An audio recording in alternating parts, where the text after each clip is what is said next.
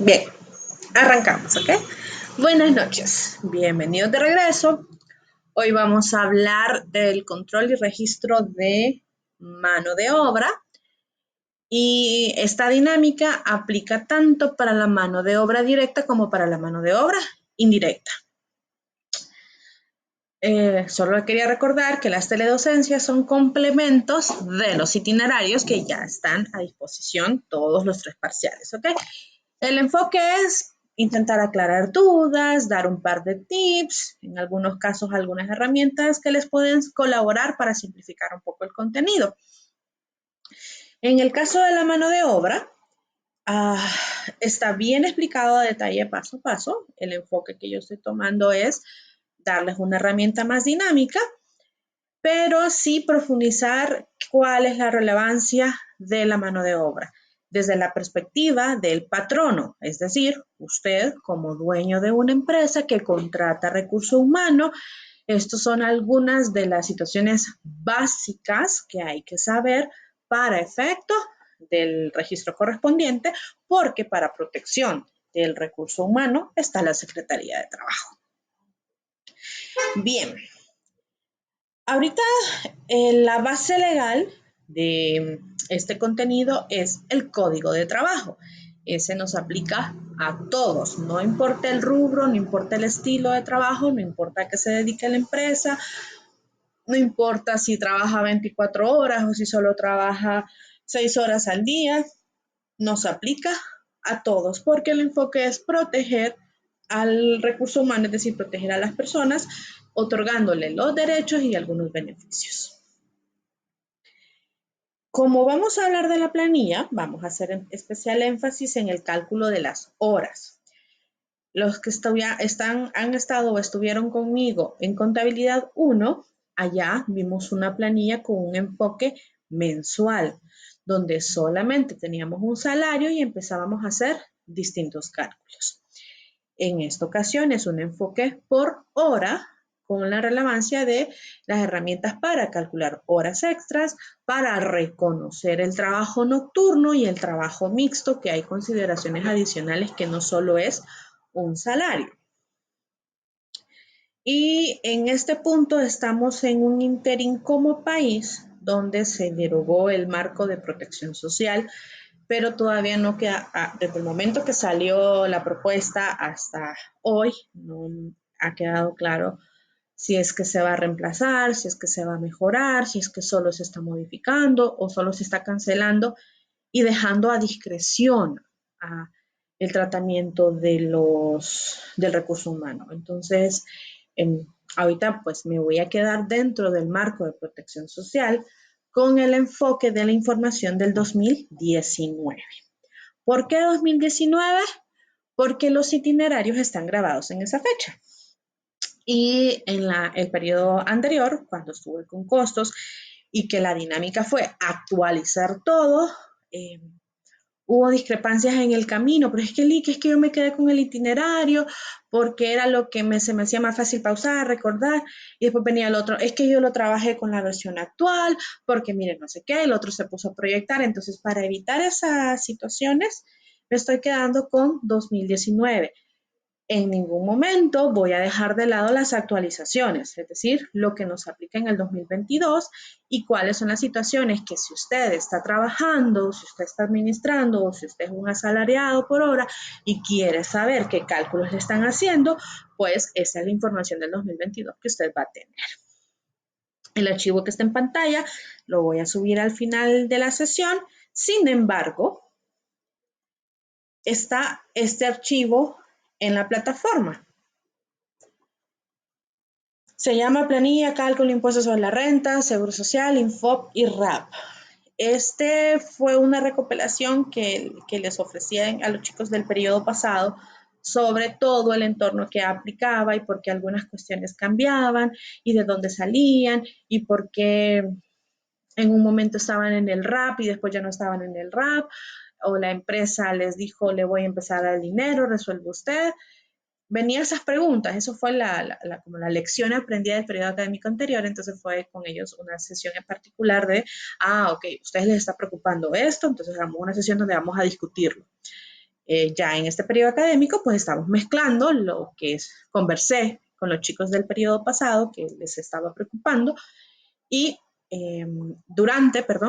esas preocupaciones durante la planilla. Por eso este archivo ya estaba a disposición, sirve como herramienta de consulta y vamos a trabajar con esta información. ¿Okay? Muy bien, arrancamos entonces.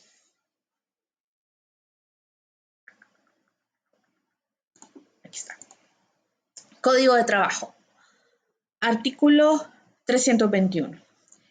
Establece las horas del día para determinar qué es trabajo diurno, qué es trabajo nocturno y cómo se perfila el trabajo de la jornada mixta. Si usted trabaja de 5 de la mañana a 7 p.m., es decir, de las 5 horas hasta las 19 horas, una jornada de generalmente 8 horas, su trabajo es considerado diurno. Y la forma de pago del trabajo diurno es el punto de referencia para el resto de cálculos. Si usted desarrolla su trabajo entre las 7 de la noche, es decir, las 19 horas, y las 5 horas del día siguiente, su trabajo es nocturno. Y si hacemos una mezcla, es decir, esos trabajos, por ejemplo, en los hospitales que está turno A, B y C, y que unos entran a trabajar a las 3 de la tarde y salen a las 7, 9 de la noche. Entiendo, Isben. Con que me escuche vamos ganando, ¿ok? Gracias por avisar. Empiezan a esa hora o entran a las 7 de la noche y salen al día siguiente en la madrugada. Pues esa dinámica de turno A B C donde se trabaja 24 horas y necesitamos cubrir todo el tiempo, es por eso que nace la jornada mixta. Y es para definir que, bueno, usted trabaja en la combinación de 5 de la mañana y 7 de la noche y 7 de la noche con 5 de la mañana, o sea, trabaja en ese mixto, pero que no sea más de 3 horas de lo que consideramos jornada nocturna. De lo contrario, su trabajo será jornada nocturna. Entonces, ¿qué empezamos a ver? ¿A qué hora entramos? ¿A qué hora salimos? Y de esa manera definimos si es mixta o si es nocturna. Por ejemplo, si usted entra a trabajar a las 3 de la tarde y trabaja 7 horas, entonces, 3 de la tarde, 4, 5, 6, 7, 8, 9, 10 de la noche. Usted sale a las 10 de la noche. Y desde las 10, 8, 10, 9, 8, 7, desde las 10 de la noche, retrocediendo a las 7 de la noche han pasado 4 horas, 7, 8, 9, 10, no, perdón, 3 horas. Entonces, si entra en ese horario, usted está en una jornada mixta. Si no, su horario no es ese, usted va a salir a las 12 de la noche. No, entonces toda su jornada se considera nocturna porque tiene más de 3 horas dentro de esa jornada. Porque la premisa es que si usted trabaja de noche, usted está combinando su ciclo del sueño, su ciclo operativo, porque todas las empresas trabajan en ciertos horarios de oficina que nos gusta llamarle. Y bien, ¿cuál es la condicionante? Que si es mixta, por eso les decía ahorita 7 horas, trabajarán un máximo de 7 horas y 42 horas a la semana, porque está sacrificando los horarios de sueño, está sacrificando los horarios normales, típicamente. Pero, obviamente, muchas personas que tal vez tienen flexibilidad de horarios, más de uno dirá, no, yo me quedo en la jornada nocturna porque pagan mejor. Entonces, si es considerado un sacrificio válido, se entiende. Si sacrifica mucho su familia, si sacrifica mucho su condición de salud, pues eso es otra historia. ¿Ok? Ahora les comentaba, el punto de hora diurna es el de partida para el trabajo nocturno. Entonces, por eso hacía la mención. Hay personas que prefieren trabajar de noche porque se remunera mejor. ¿Por qué se remunera mejor? Por la orden del código de trabajo, que en este caso, solo por ser nocturno, ya pagan 25% del trabajo bueno, 25% adicional de trabajo diurno, solo por ser nocturno. Y después súmele si hay horas extras dentro de ese rango. Y las horas adicionales que usted trabaje fuera del horario preestablecido serán horas extras. Y cada una de ellas se va a pagar con un recargo. Es decir, usted se quedó trabajando más de su jornada, devenga más horas, sí. Y esas horas adicionales también tendrán un precio más alto que sus horas normales. Entonces, ¿a qué se refiere? Si esas horas son dentro de la misma jornada diurna, es decir, usted sale de trabajar normalmente a las 5, pero se quedó trabajando hasta las 7 de la noche. Entonces usted tiene 2 horas extras, pero esas horas siempre son dentro de la jornada diurna. Y se pagan con un recargo del 25%. Digamos ahora, usted no se quedó trabajando hasta las 7, se quedó trabajando hasta las 9 de la noche. Entonces, de 5 a 7 de la noche son horas extras diurnas y de 7 de la noche a 9 de la noche son horas extras nocturnas. Entonces, las primeras 2 horas se pagan con un 25% del diurno y las siguientes 2 horas se pagan con un 50% del diurno, es decir, un 25% adicional al que ya habían calculado aquí. Porque entre más tiempo se está quedando, usted está sacrificando más de sus actividades, de su familia y de su salud. Y si en dado caso usted ya trabaja nocturno, o sea, usted su horario ya es de noche y lo hacen quedarse horas de la mañana siguiente. Entonces, no porque están en horas diurnas quiere decir que le voy a pagar el 25. Recuerden que la jornada nocturna por sí sola ya le paga el 25%. ¿Qué es lo que va a hacer entonces? Pagarle con un 75% de lo que ya le pagaban por el hecho de que se quedó todavía más horas. No importa las horas que haya salido, no importa que le diga, pero es que está saliendo a las 7 de la mañana y no a las 5. Bueno, si usted estaba saliendo de trabajar a las 5 de la mañana, tenía una jornada nocturna. Y esas 2 horas adicionales que le hicieron salir a las 7 de la mañana, significa que es una prolongación de la jornada nocturna. Estos son los artículos de relevancia que se toman para la planilla. Esto no es todo el código de trabajo. Por ejemplo, aquí no está lo que significa el cálculo del 13º, 14º, en dado caso de que usted salga de la empresa, el auxilio de cesantía, el preaviso, los derechos correspondientes, las incapacidades, la maternidad, etcétera. O sea, hay mucho más en el código de trabajo y es igual de relevante para los que somos asalariados como para los que tenemos negocios.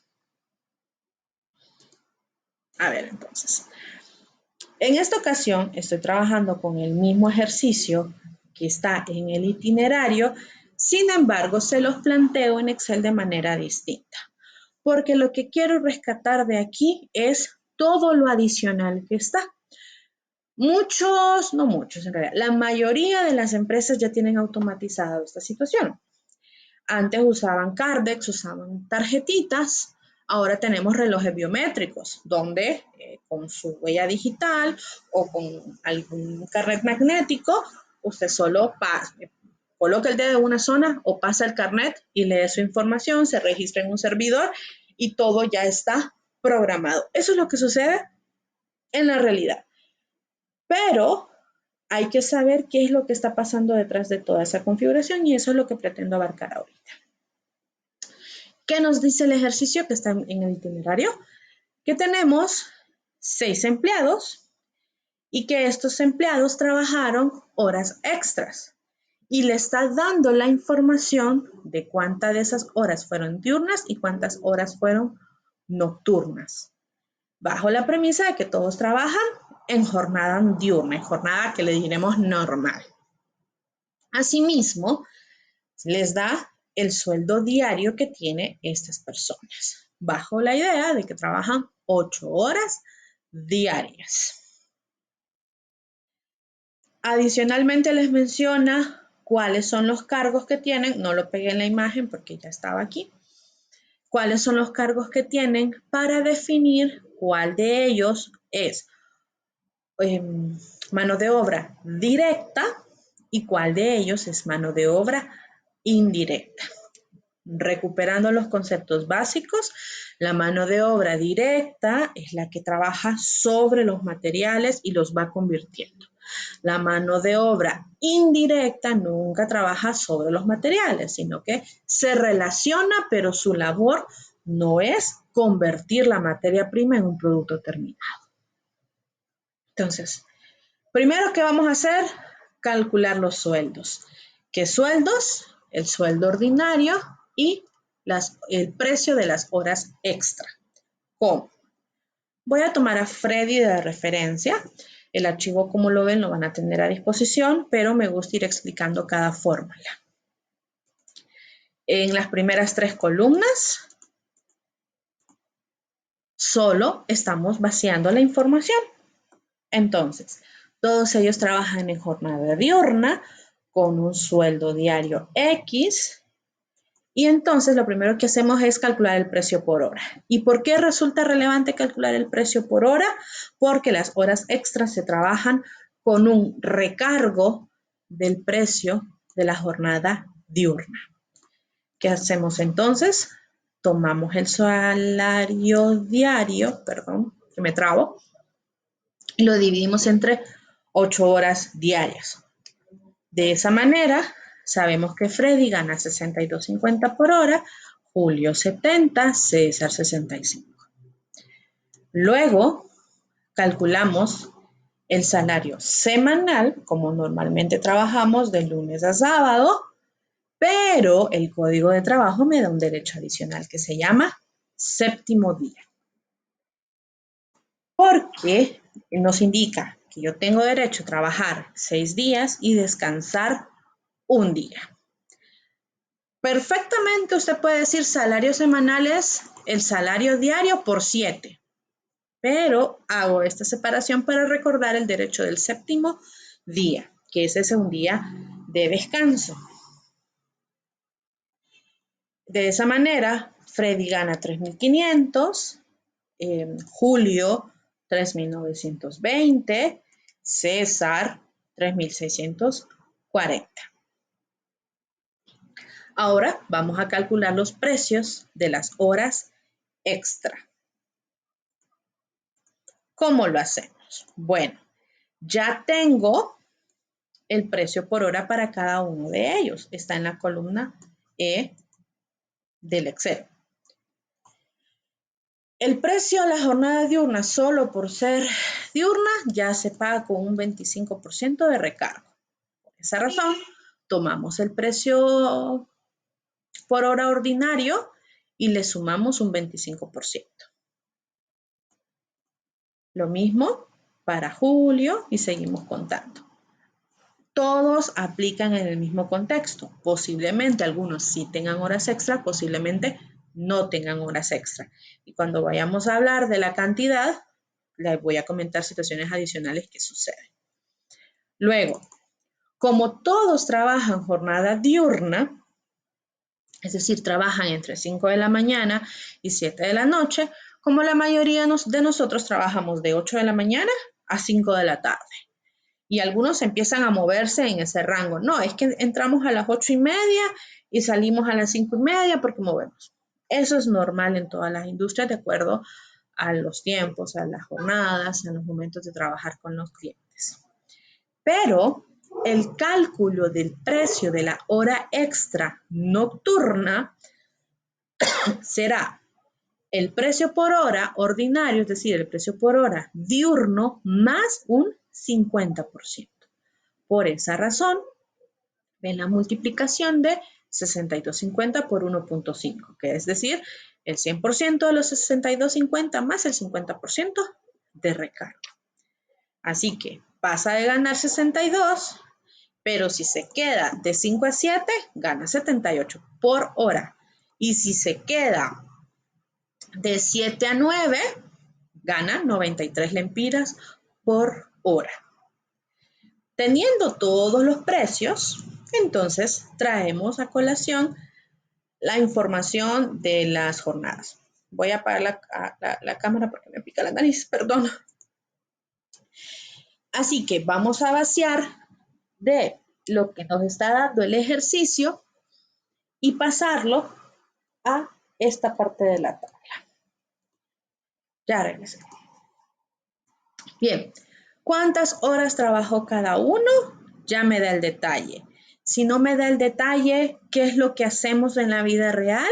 Bueno, vemos los registros de las horas y empezamos a decir cuánto tiempo se queda después de la hora. Dinámica normal. 1. Le pagan la hora completa. Es que me quedé 15 minutos todos los días. Y se quedó 15 minutos porque era la hora que estaba apagando la máquina, fue al baño o estaba esperando que se vaciara un poco el parqueo para salir. Entonces empieza a decir, mire, yo me quedé de lunes a jueves 15 minutos cada día y multiplicado por 4 es una hora, págame una hora extra. No. La primera es, le pagan horas extras completas. Entonces, si usted pretende hacer horas extras, se tiene que quedar las horas correspondientes. Si salía a las 5, pues tiene que salir a las 6, 7 u 8. Nada de que, ay, me quedé 10 minutos. No. 1. 2.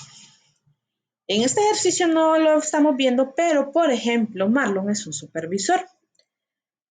Por defecto, por ese cargo, se nota que ya gana un poco más que el resto. ¿Cuál es la dinámica normal? Bueno, usted está en un cargo de confianza, así que se le paga un poco más que el resto, pero usted no devenga horas extras. Y hay rubros o hay negocios que simplemente no lo va a hacer porque es la dinámica normal. Sé que aquí tengo más de una auditoría de finanzas, pero una industria que no paga horas extras son las firmas auditoras. ¿Por qué? Porque en la dinámica es bien fácil hacer horas extra. 1. 2. Si ya están trabajando con una firma auditora, que se empieza como asistente, se empieza como junior, notarán que de enero a abril las jornadas son sumamente extensas. Las jornadas empiezan 7 de la mañana, a pesar de que el cliente empieza a trabajar a las 9 de la mañana. Sí, Carla, estoy grabando la clase.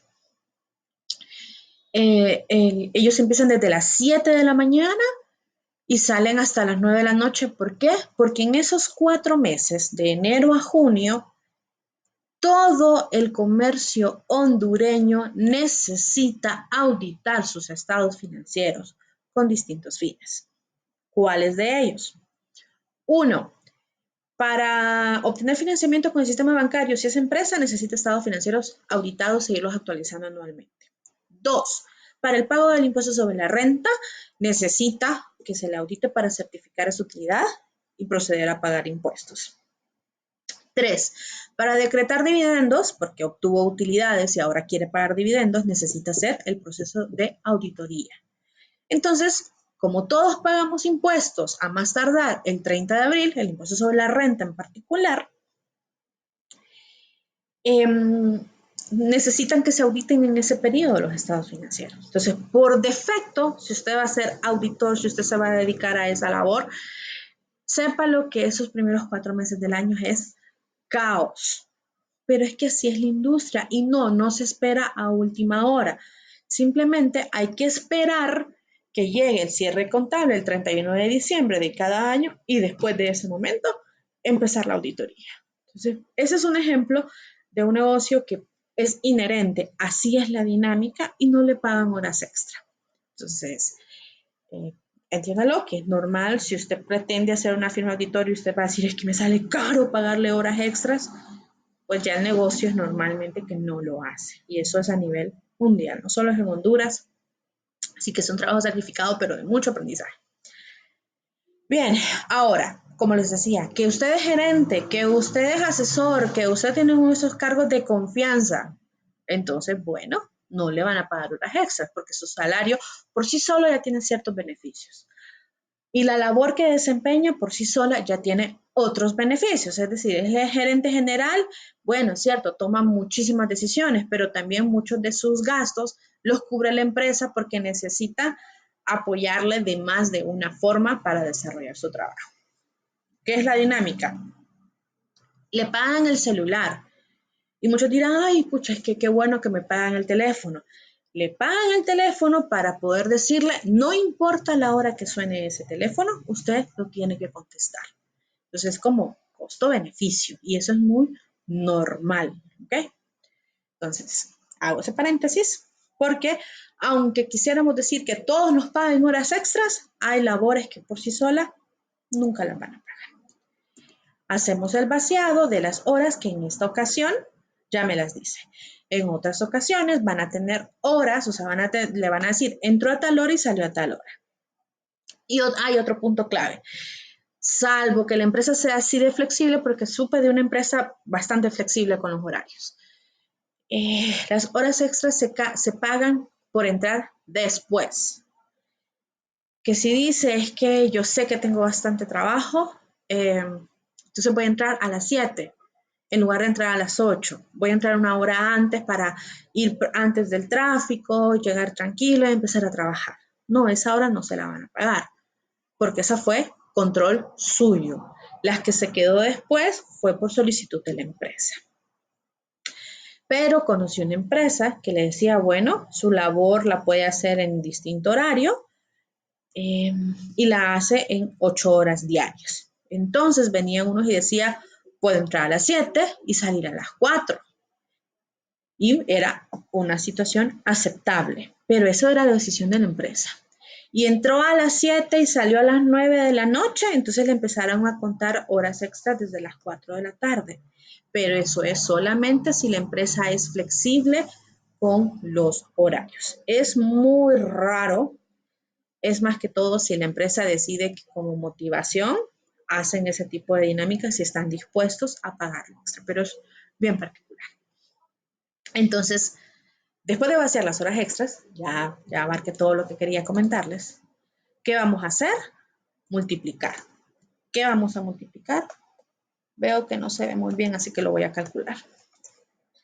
Voy a multiplicar los 73.13 de hora extra diurna de Freddy por la cantidad de horas diurnas que estuvo. En este caso, 6. Y le voy a sumar la multiplicación de los 93.75 de horas extras nocturnas por las 4 horas. Por orden ya preestablecido en las matemáticas, primero se realizan las multiplicaciones y después la suma. De esa manera entonces obtenemos que Freddy ganó 843 de horas extras en esa semana, es decir, tendrá sus 3.500 de la semana más el séptimo día, más los 843 de las horas extras. Esa es la suma que se aprecia aquí. Estos 3.000 más estos 500 más estos 843. Y obtuvo entonces 4.343,75. Esta dinámica se corre para todos los empleados. O sea, si se fijan, son fórmulas, lo que hay no son valores. Y obtenemos. Entonces, vamos a ir totalizando. ¿Qué pasaba en contabilidad 1? Cuando hacíamos esto, además del cargo, teníamos que preocuparnos si pertenecía al área de ventas o al área de administración. Cuando estamos en costos, nos preocupamos si pertenece a mano de obra directa o mano de obra indirecta. En la realidad, se combinan. Vamos a saber quién es de ventas o mercadeo, que muchos le llaman, quién es de administración y quién es de producción, para empezar a segmentar. Porque con frecuencia un área administrativa se encarga de toda la dinámica de las planillas. Es muy normal. Sin embargo, entre más grande sea la empresa, posiblemente es necesario segmentar esa labor. Que el área administrativa se encargue de las planillas de administración y ventas y que el área de producción se encargue de las planillas de producción. Pero eso es entre más grande sea la empresa. Para manejar 50, 60 empleados, lo puede hacer un solo departamento. No hay necesidad de segregar tanto. Bien, ahora viene las retenciones. Hay retenciones legales y hay retenciones opcionales. Unas vendrán por derecho automático, pero ese derecho tiene un precio, y otras vendrán por requerimiento o porque usted mismo decidió hacerlo. Veamos entonces. El primero, seguro social. Repito, me estoy quedando con la misma versión del itinerario para no generar confusión, pero sí voy a comentarles cómo es ahorita en el año 2022. Bajo el marco de protección social, que ahorita estamos en ese interín de qué va a pasar, porque el marco de protección social procuraba establecer una dinámica donde las personas que trabajan para el sector privado tengan una pensión al retirarse. Eso por el lado de los trabajadores. Y por el lado de las personas que no trabajan, pues generar ingresos adicionales al seguro social para darle mayor cobertura a las personas. ¿Hay deficiencias en el camino? Sí, sí las hay. Hay hay oportunidad de mejora definitivamente, pero estamos en ese interín de que si lo derogan, ¿qué significa para las personas? Veamos a empezar. Primero, seguro social. El seguro social, permítanme, les está mostrando. El seguro social está planeado de acuerdo al tamaño de la empresa. A manera de que entre más empleados tengas, significa que hay mayor dinámica comercial, mayores ingresos y por ende es más robusto el sistema de ingresos de las empresas. En el marco de protección social se reconoce 3 pilares. El pilar de capitalización, es decir, el de previsión social, es decir, que cuando usted se retira obtenía una pensión de parte del Seguro Social. El de seguro de cobertura laboral, que la idea es que la empresa cubra los accidentes que pueden existir, es decir, los accidentes laborales. Y uno de previsión social, que es para tener una reserva. Y veamos entonces. El de previsión social lo paga una porción el patrono y una porción el que trabaja.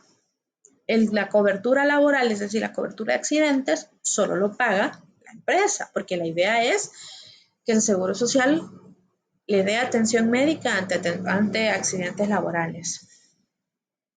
Y otra previsión para tener una reserva, y en este caso lo paga tanto el empleador como el trabajador, o el patrono como el trabajador.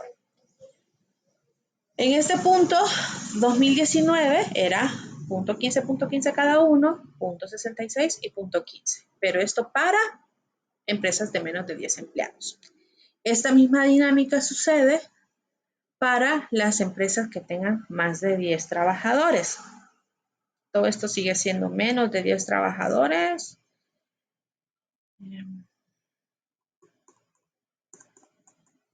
Sí, es que es cierto, es el enfoque de microempresa. Y también está el enfoque para más de 10 trabajadores. Muy similar, solamente que daba mayor gradualidad al inicio y simplemente después nos fuimos a intentar nivelarlos a todos. Adicionalmente se pagaba por atención de salud, que aquí es donde está las incapacidades por accidentes, la incapacidad por maternidad, que en este caso cubre el prenatal y postnatal. Entonces, toda esta atención lo cubría este pilar. Y con el tiempo iba aumentando. Entonces, allá por los 2000, simplemente decíamos 3.5% sobre un techo de 9.000 para todos. Bueno, eran 7.800 en ese momento. Ahora vamos por 9.000. Luego, decía 7%, o sea, el doble del empleado lo pagaba el patrono por ese mismo techo. Ahora se empezó a decir, bueno, dependiendo del sector, dependiendo del tamaño y dependiendo de a qué se dedique, va a cambiar los techos. Asimismo, los techos, es decir, el monto máximo al cual le vamos a aplicar una retención, iba cambiando. Ya se había hecho una proyección para decir más o menos cuánto andaría el salario mínimo. Entonces, esto arranca, el decreto creo que es del 2014, arrancando en el 2015 y estaba proyectado para el 2024. Y hasta el 2024 se iba a hacer una revisión a este decreto para decir, ¿nos quedamos con lo que está en el 2024 o es necesario seguirlo ajustando a futuro? ¿Solo lo hizo el Seguro Social? No, lo hicieron también los institutos de pensión. Entonces, en su momento, dijeron, las retenciones eran creo que 5% y las aumentaron a 7.5% y ahorita van por 9% de los salarios. La diferencia es que el Seguro Social establece un techo porque nos aplica a todos, mientras que el Instituto de Previsión le aplica a cada institución gubernamental que cubre. ¿Qué quise decir con esto? Si usted trabaja como docente en escuelas públicas, en colegios públicos, usted cotiza al INPREMA. Si usted es docente de la Universidad Autónoma, usted cotiza al INPREUNA. Si usted pertenece al gremio militar, usted cotiza al IPM. La mayoría de instituciones gubernamentales cotizan al INJUPEN. Entonces, todos tienen una similar forma de retención, pero va de acuerdo a la cantidad de personas que se cubren con los ingresos que generan las personas que actualmente están trabajando. ¿Qué nos indicaba en ese momento? Que para 2019 íbamos a tener un techo de 8.933 y de 8.103 para el 2017. Y actualmente los techos iban a andar de alrededor de 10.000 lempiras. Eso es lo que toca actualizar. Obviamente no me quiero meter en esa parte para no generar confusión. Siguiente retención, el INFOP.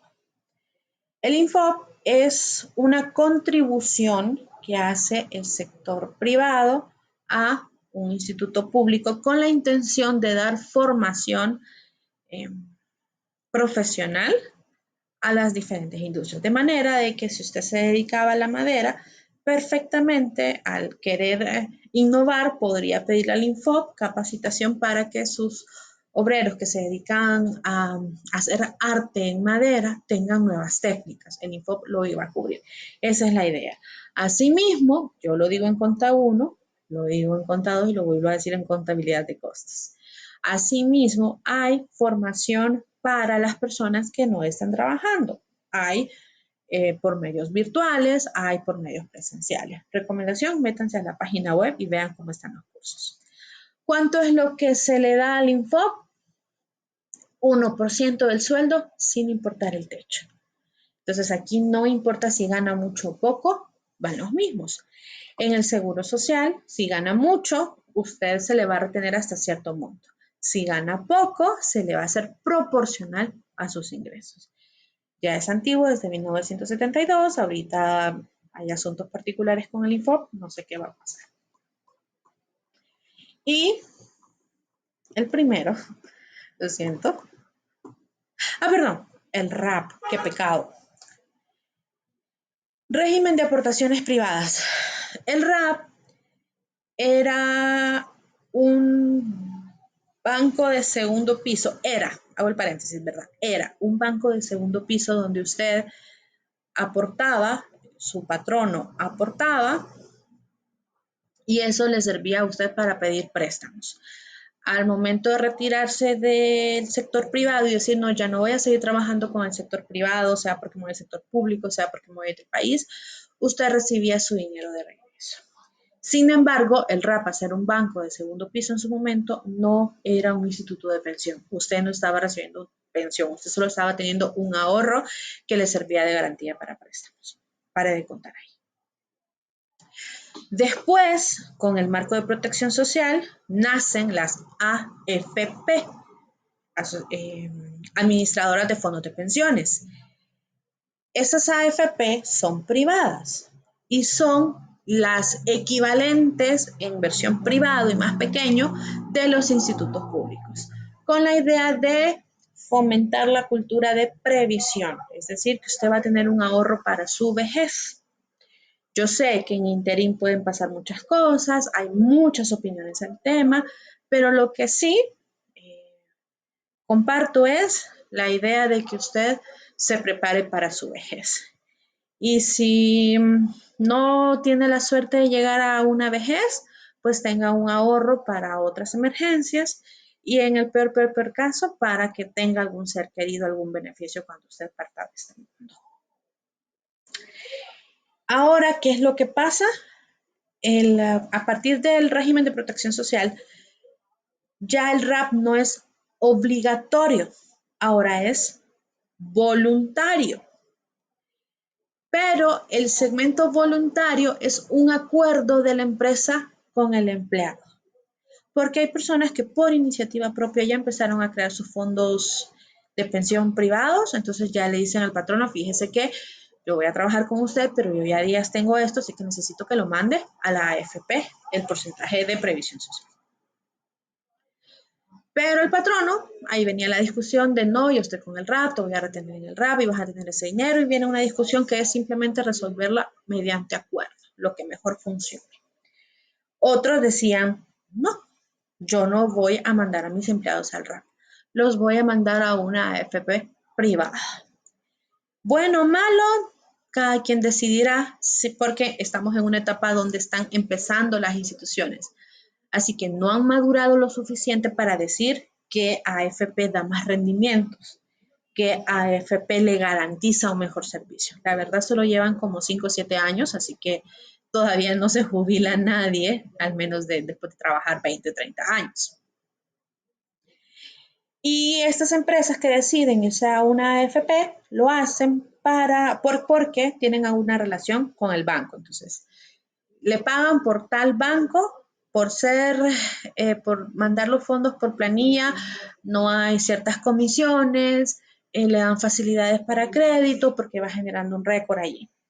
Esa es la dinámica. Entonces dicen, bueno, como ya está relacionado con el banco, también la AFP, ¿qué pertenece a ese banco? Porque sí, las AFP actuales pertenecen a alguna institución bancaria, pertenecen al mismo grupo de alguna de ellas. Y por último, impuesto sobre la renta, persona natural.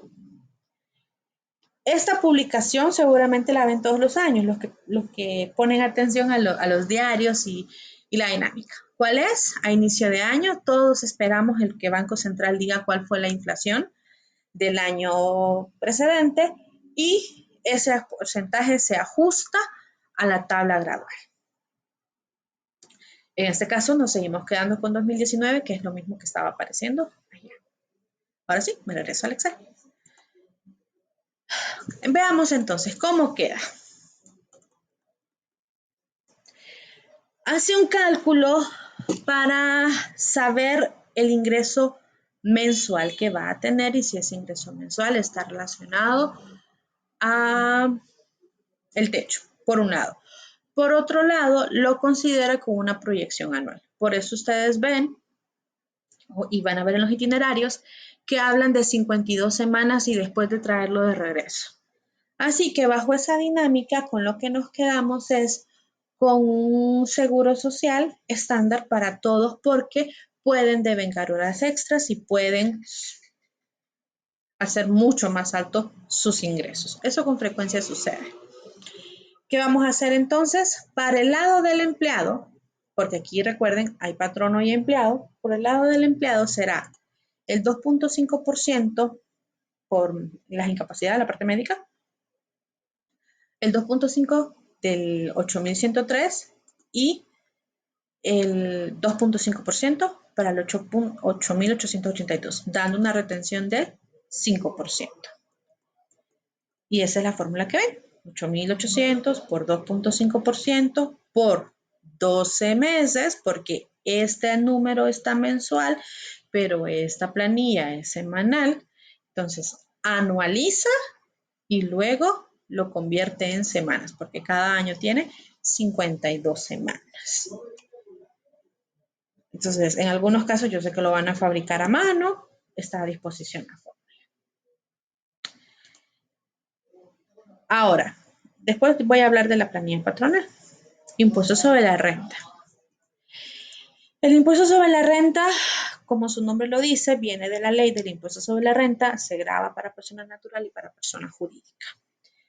Este se calcula con base a los ingresos anuales y hay una serie de beneficios ya reconocidos.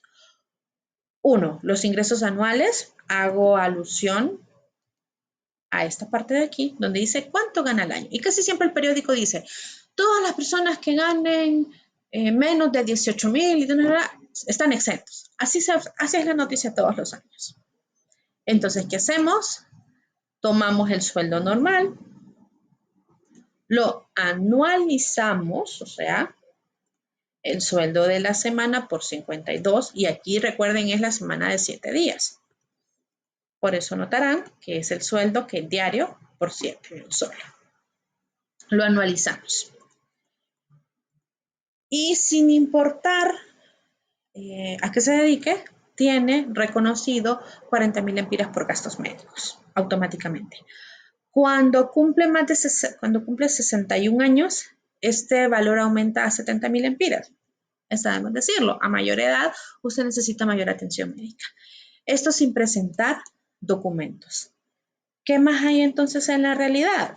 Bueno, si además usted tiene algún negocito como comerciante individual, los costos asociados a ese comercio se gravan, pero los ingresos también. Hay una porción que reconoce los gastos de educación de hijos en condiciones de escuelas públicas. Eso es una cosa bien complicada, pero si la puedo documentar, perfecto.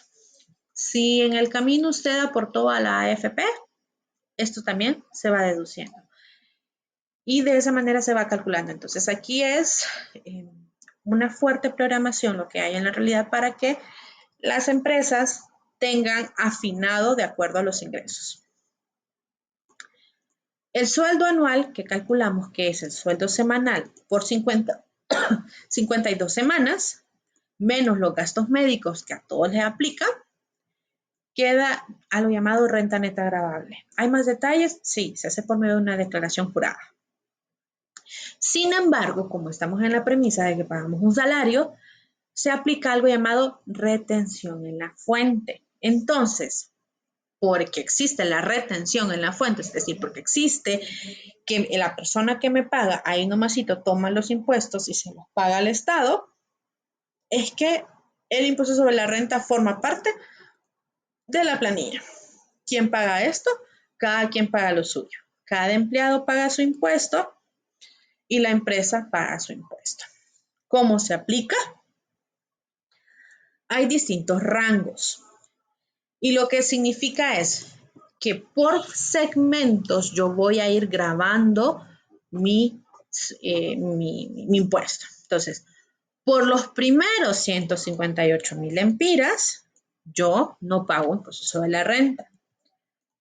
Por los siguientes 158 hasta 242,000, pago el 15%.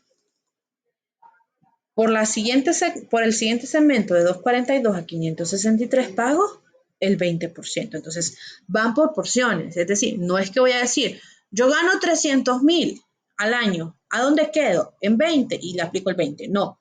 Por la primera porción exento, la siguiente porción 15, la siguiente porción 20 y seguimos hasta que quede en adelante. Entonces, en esta ocasión, todos ganan hasta aquí, por eso ustedes no ven más allá. Pero digamos que voy a cambiar a uno.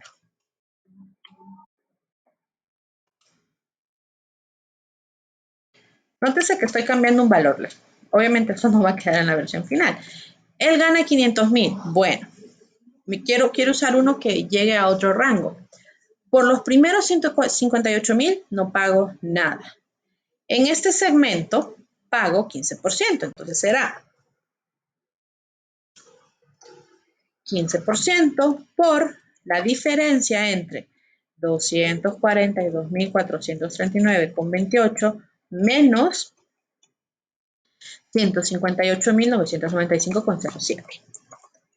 Entonces, por este segmento pago 12.000 lempiras, pero yo gano 500.000. Entonces, por el siguiente segmento, me perdí el porcentaje, 20% por la diferencia entre 500.000, porque yo no me paso de los 563. 500.000 menos el rango anterior.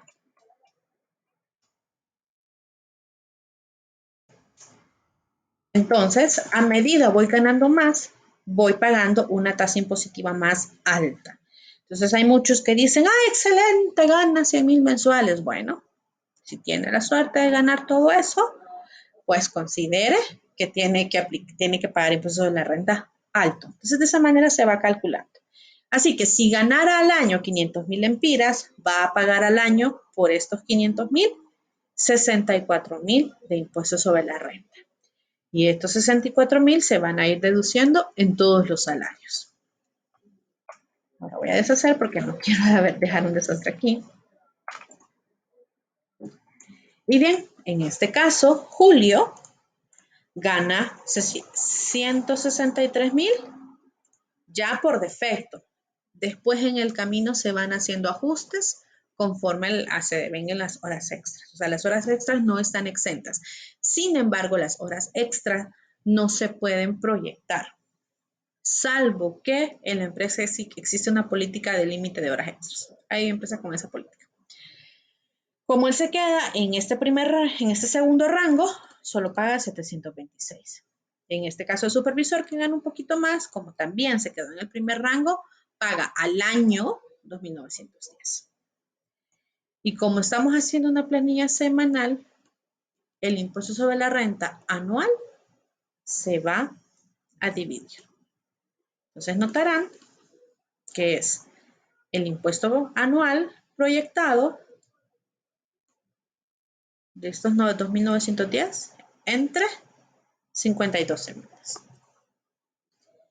Así que los que deben horas extras o tengan otras deducciones notarán que empezarán en enero con una retención y va a ir variando levemente a lo largo del tiempo. Esto es por impuesto sobre la renta. Y luego viene otras, que es en realidad la más dinámica, que le deben a la cooperativa, a la Sagrada, a la ELGA, o que tiene la cooperativa su propia empresa, ¿no? que también le paga al banco y la retienen aquí directamente. Estoy hablando solo de deudas. Luego, que tal empleado o empleada tiene una demanda alimenticia, entonces tienen que retenerla inmediatamente por un embargo, porque hay alguna situación de multa y que se lo cobran directamente desde su salario. Entonces, todas estas notificaciones las recibe Recursos Humanos y las tiene que ingresar en las planillas. Son variadas, entonces, tanto en el itinerario como en las tareas van a notar que fulanito de tal tiene por este motivo, fulanito de tal tiene por este otro motivo, y se coloca aquí. Entonces, teníamos el total de sueldo, ahora tenemos el total de deducciones en la columna S. Para obtener el sueldo neto de la diferencia entre el sueldo de vengado, que está en la columna M, menos el total de deducciones que está en la columna S. Y esta es la planilla del empleado. Esta es la planilla que se calcula para definir cuánto le van a depositar en su cuenta bancaria o cuánto será el valor del cheque que le van a dar, o si le pagan pues en efectivo, pues cuánto es el efectivo que le van a entregar. En paralelo, se tiene que hacer la planilla de cuota patronal. Se repite la dinámica del seguro social, sin embargo, la empresa tiene que pagar más porque uno es el generador de ingresos, dos es el que está provocando que usted tenga que moverse, que usted tenga potenciales accidentes, que tenga potencial desgaste. Entonces, por esa razón, ellos pagan más. Nosotros aquí pagamos 2.5 como empleados, aquí también 2.5 y este apartado no lo paga nadie. Perdón, no lo pagamos nosotros, solo paga la empresa. De Info, tomo el salario ordinario y lo multiplico por 1%. Y por previsión social que les estaba comentando, ya se estiman un 2% de prestaciones laborales. Lo ideal, especialmente en el marco de protección social, es que este 2% inmediatamente se esté reportando a una AFP o, en defecto, al RAP, inmediatamente. Y que se vaya generando un beneficio para el empleado. Eso por un lado.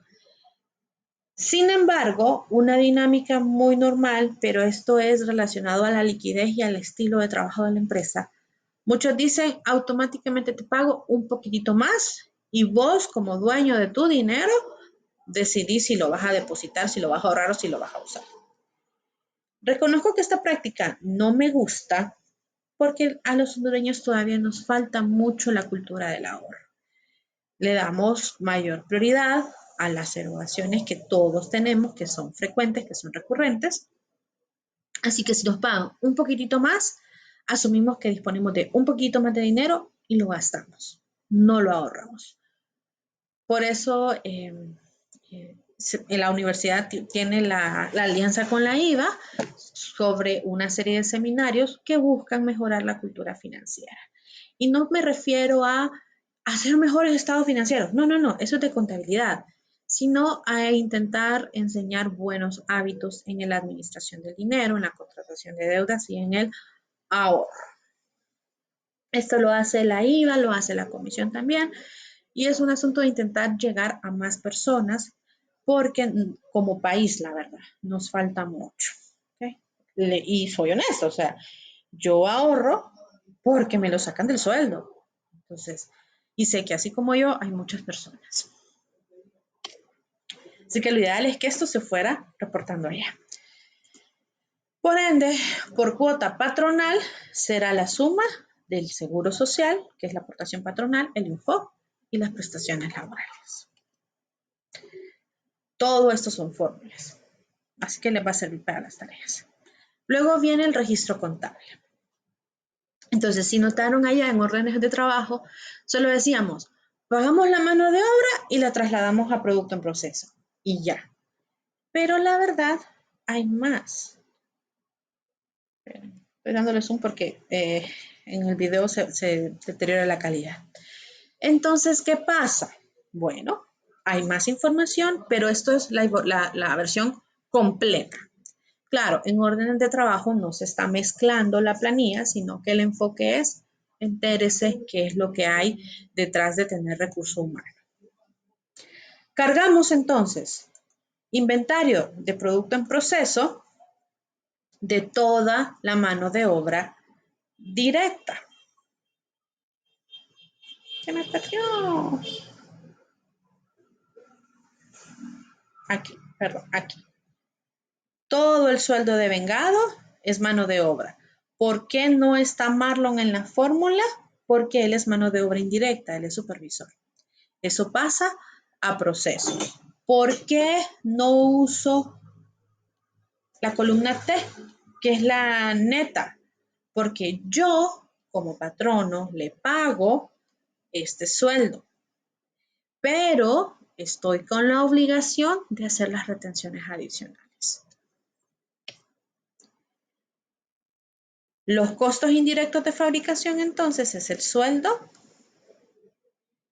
Ay, Dios mío. Ok, esta parte del Zoom no me gusta. Es el sueldo que devengó Marlon.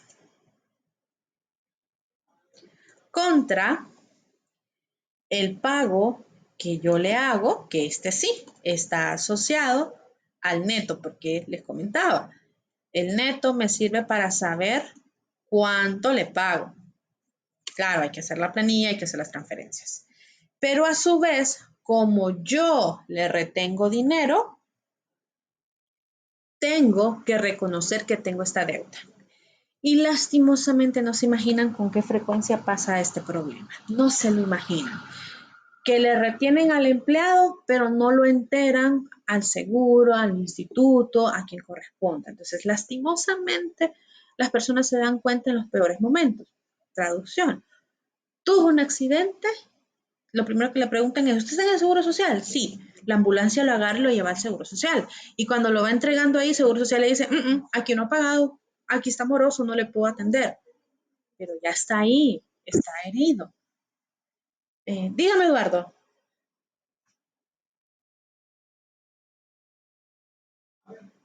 ¿Hola?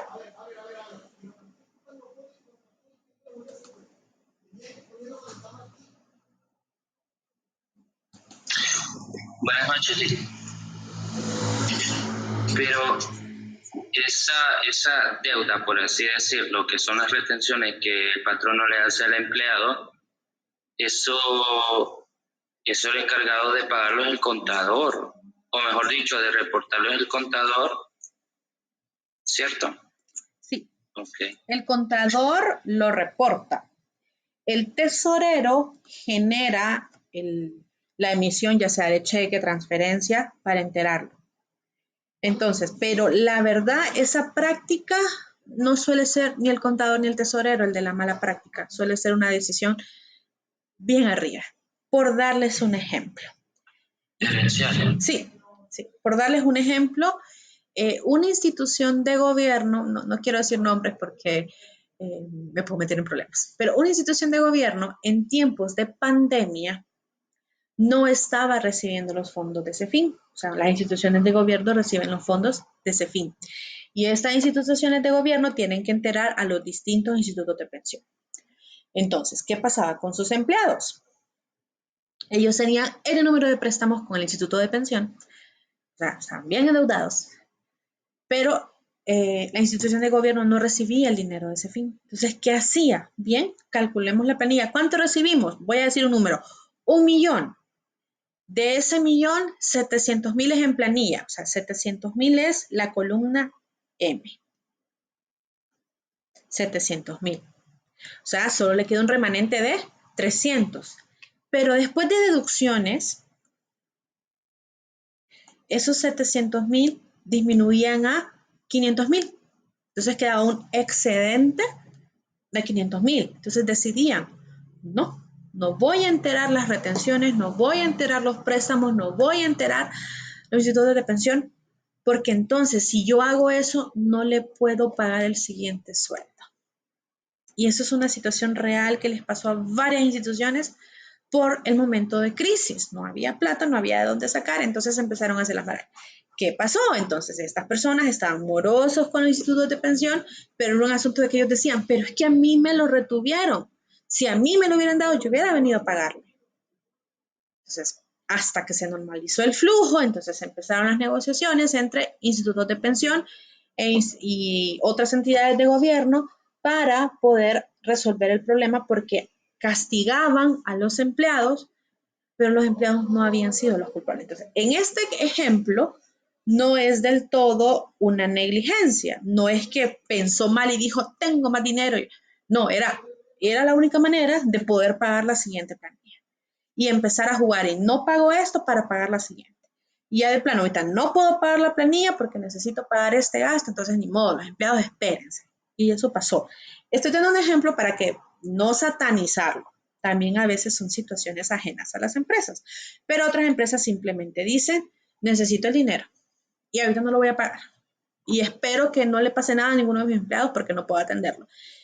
Y es bastante feo escuchar personas que les decían ya en el momento de crisis, no lo puedo atender. Entonces después el Seguro Social tuvo que ser más flexible y aceptar que simplemente está registrado, sí, trabaja para una empresa, sí, ok. Su patrono la retuvo, sí. Entonces la culpa es del patrono, lo vamos a atender. Pero ya era un asunto de que tenían que ser flexibles, no podían dejar a la persona con emergencia médica ahí esperando. Entonces, yo sé que hay más bemoles, pero eso es una realidad. Y esta partida que notaron está amarrada a los cuadritos de ahí arriba, entonces usted va a ir moviendo y todo se va a ir actualizando. Obviamente le voy a cambiar nombre a la hoja. Simplemente estará como la que voy a mostrar el 2 de junio. La segunda partida son los costos indirectos. Es decir, son las cuotas patronales. Las cuotas patronales son costos indirectos inmediatamente. Entonces, toda la cuota patronal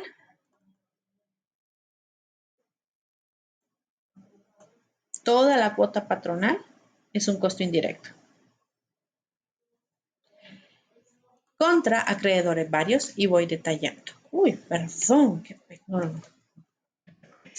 Y voy detallando cuánto le debo al Seguro Social, cuánto le debo al Infop y cuánto debo por prestaciones. Dependiendo, ¿la entero a una AFP, lo entero al RAP o se lo doy al empleado?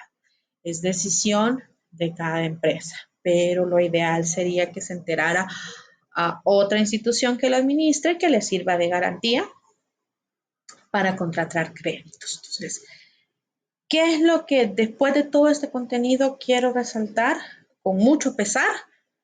No sé en qué etapa estamos, no sé hacia dónde va el marco de protección social, no sé si vamos a seguir en esta dinámica donde vamos a hacer presión para el ahorro o qué. Por eso, si han escuchado las noticias, ha habido posiciones bien marcadas de qué barbaridad que lo derogaron y otros qué alegría que lo derogaron. Pero desde donde yo estoy trabajando, una medida que desincentive, o sea, que detenga la idea de que las personas ahorren, es dañina. ¿Okay? Por eso vemos mucha gente, mucho adulto mayor desamparado, mucha gente bastante afectada, mucha gente enferma que pues va a centros asistenciales que ya no tienen la capacidad de recibir más personas porque no hay una política de ahorro que les permita cubrir emergencias. Claro, yo entiendo. También hay unos que simplemente los ingresos no le permiten ahorrar o las circunstancias, porque hay momentos que yo sé, si usted recibe 5 centavos, 6 centavos tenía que haber pagado. Entonces, entiendo, pero la idea es, bueno, ojalá que esos momentos sean temporales y no que sea un estilo de vida, porque entonces sí, las personas quedan desprotegidas ante las emergencias y aunque muchos quisieran hacer más, no hay manera. Entonces, solamente quería llegar a ese punto porque esa es la realidad de Honduras. ¿Okay? Entonces, por lo menos ahí los que ya están matriculados en los programas de la IVA, porque entiendo incluso que este programa de capacitaciones eran como 12 webinars, creo, les iba a dar la apertura para hacer las prácticas profesionales. Entonces, muchos de los que tienen trabajo dirán, ¿para qué? Ya tengo trabajo. Pero yo sé que otros solo están estudiando y encontrar mecanismos que les facilite el siguiente ciclo, bienvenido. Y cabe mencionar esto porque las instituciones financieras no solo necesitan contadores, necesitan ingenieros, necesitan abogados, necesitan ingenieros tanto civiles como agrónomos, porque las instituciones financieras le prestan a todo. Entonces, un ejemplo, ¿qué va a hacer un ingeniero agrónomo en un banco? ¿Sabe qué? Él es el que le va a explicar al banco cómo se comporta la persona que siembra café, cuándo recibe dinero, cuándo tiene que gastar dinero, cuál es el buen momento para cobrar y cuál es el momento ni siquiera se asome porque él está gastando. ¿Quién se lo va a decir? Un ingeniero agrónomo. Entonces, hago ese paréntesis porque hay mucho dinamismo en el mercado y hay campo para todos. Ahora sí. ¿Dudas? ¿Comentarios? Esto ya es tarea 3. Y sé que van a haber preguntas, entonces, o sea, no en la clase, en la tarea. Sé que van a hacer preguntas y por eso hice ciertos comentarios que hice hincapié para que cuando les toque llegar a trabajar con ellos, lo hagan, ¿ok? ¿Hay preguntas? Por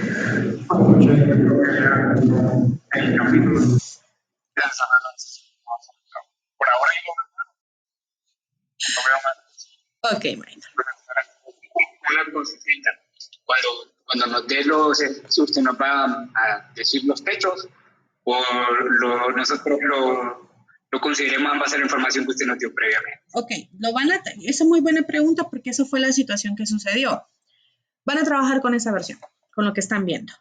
la aclaración de qué es lo que pasa en el 2022 es para que se enteren, pero que tampoco se las puedo decir en piedra porque estamos en ese interín de ¿y qué va a pasar con el marco de protección social? Entonces nos quedamos con esto que ven, las evaluaciones con esto que ven, porque esto que ven es lo mismo del itinerario. Hago ese paréntesis. Entonces, gracias por la pregunta, muy buena pregunta, porque esa fue la confusión que tuvieron en el periodo anterior.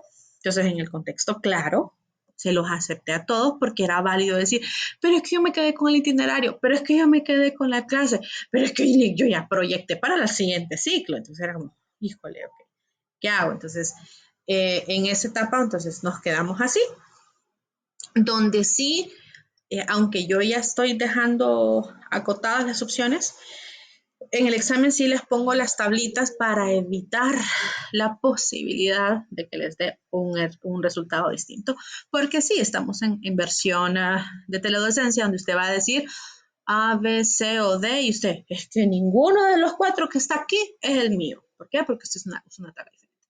Entonces nos quedamos con lo que está en pantalla, que es lo mismo que está en el itinerario.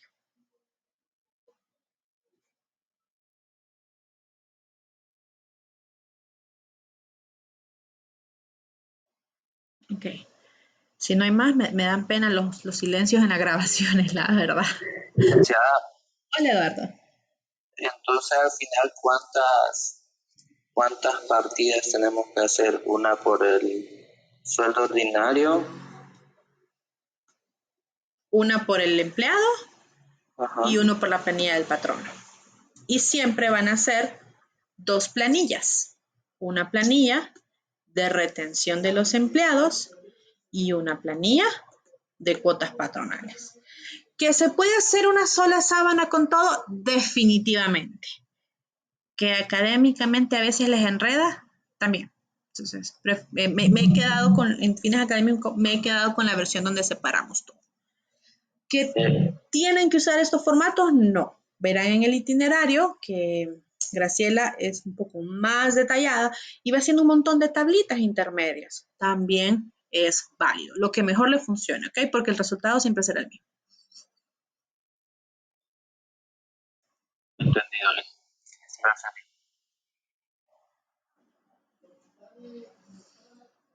¿Qué más, mis estimados? Ok. Hoy tenemos 6 de junio.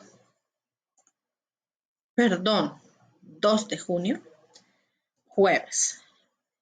Siguiente sesión, martes. ¿Vamos a tener clase? No. Clase no. Aprovechen esa hora para avanzar con la guía. Lo que sí va a pasar es que yo voy a estar pendiente del celular para atenderles consultas. A manera de que hago énfasis, intenten avanzar en este día. No les digo terminen las tareas, les digo avancen, porque entonces el jueves 9 sí vamos a tener teledocencia con el enfoque de repaso y consultas, tips para el examen, instrucciones del examen, porque el examen es el martes 14.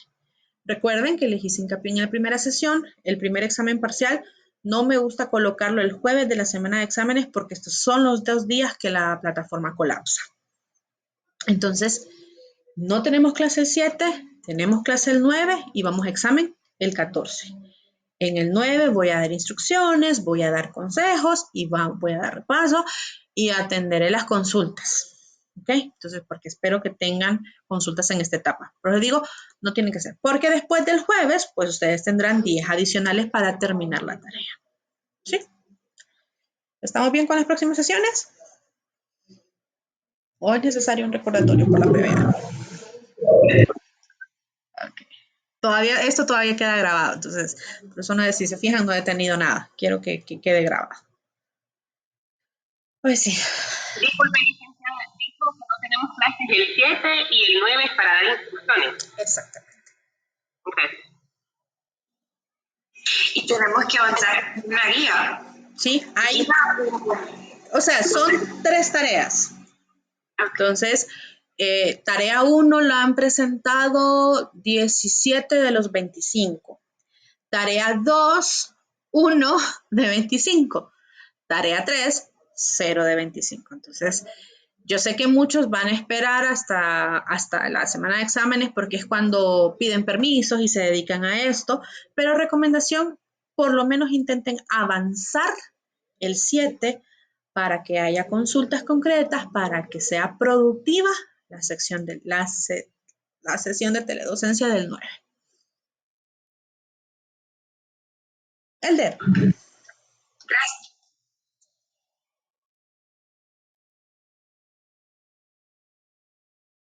Ay, sí, ya no hay más anotaciones de mi parte. Si no hay más, feliz noche y ha sido un gusto.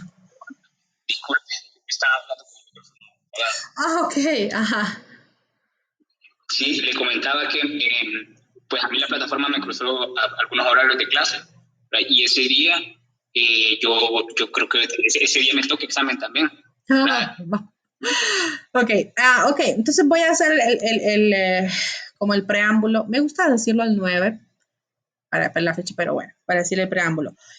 Generalmente dejo horas amplias para hacer el examen, porque sé que eso pasa. Y lastimosamente, en su caso usted tiene clases traslapadas, pero aún así hay una dinámica de que docentes de la tarde ponen los exámenes en la noche. Entonces, sí se ha visto, no me parece correcto, pero bueno, en su caso es clase traslapada, o sea, le va a pasar. Entonces, sí dejo un horario bastante amplio para ocasiones como esta tengan tiempo de resolver las dos situaciones. Sí, ¿cuál va a ser la dinámica? Van a entrar a la sección de documentos, van a descargar el examen, se van a desconectar. Hago énfasis en eso porque no se imaginan cuántos no se desconectan y después dicen, es que no puedo entrar, Lick, me sale conectado. Créanme que escuchar esa parte es como, desconéctese y deje la compu tranquila. Entonces, descarguen el archivo de PDF donde está el examen, van a resolverlo en Excel, en el cuaderno, donde sea. Una vez terminado, van a regresar a la plataforma, a la sección de ejercicios, a contestar las preguntas puntuales del examen. ¿Puede responder las preguntas puntuales del examen sin resolver el examen? Si tiene muy buena retentiva y cálculos mentales, claro que sí. La mayoría de mortales como yo, no, tiene que responderlo, ¿ok? Segundo, va a haber solo un intento, entonces lo digo ahorita, lo repetiré el jueves. Nada de entrar solo a ver qué me preguntan y luego vuelvo a entrar. No, lastimosamente, si hace eso, automáticamente va a reposición y obviamente el examen es un poquito más difícil allá. Y entonces hay bastantes horas para hacer este trabajo y porque en su momento les comentaba, yo sé que muchos solo van a ver las grabaciones o solo van a ver los itinerarios y solo esperarán los anuncios para las instrucciones y solo podrán resolver el examen después de las 10 de la noche porque es la hora que llega a la clase, porque necesita, a la casa, perdón, o porque necesita como tomarse un respiro para empezar a trabajar. Entonces, esas circunstancias están consideradas en las horas de evaluación. Por eso dejo varias horas. Así que lo siento que sí, el mismo día lo va a tener pesadito, pero procuramos abarcar situaciones como esa porque ahorita para intentar abarcar las necesidades de todos han sucedido este tipo de situaciones. Cuénteme, Carla. Solo una consulta. ¿Podemos saber de qué hora va a estar habilitado el examen? Me gusta, yo trabajo. Me gusta dejárselos desde las 6 de la tarde, o sea, una hora antes de mi clase, hasta medianoche.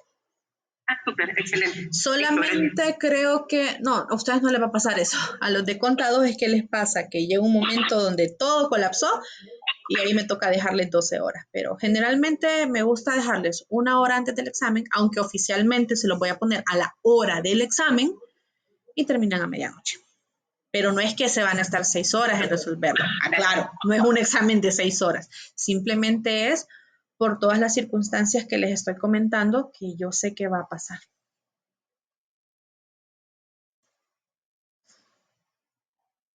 ¿Algo más?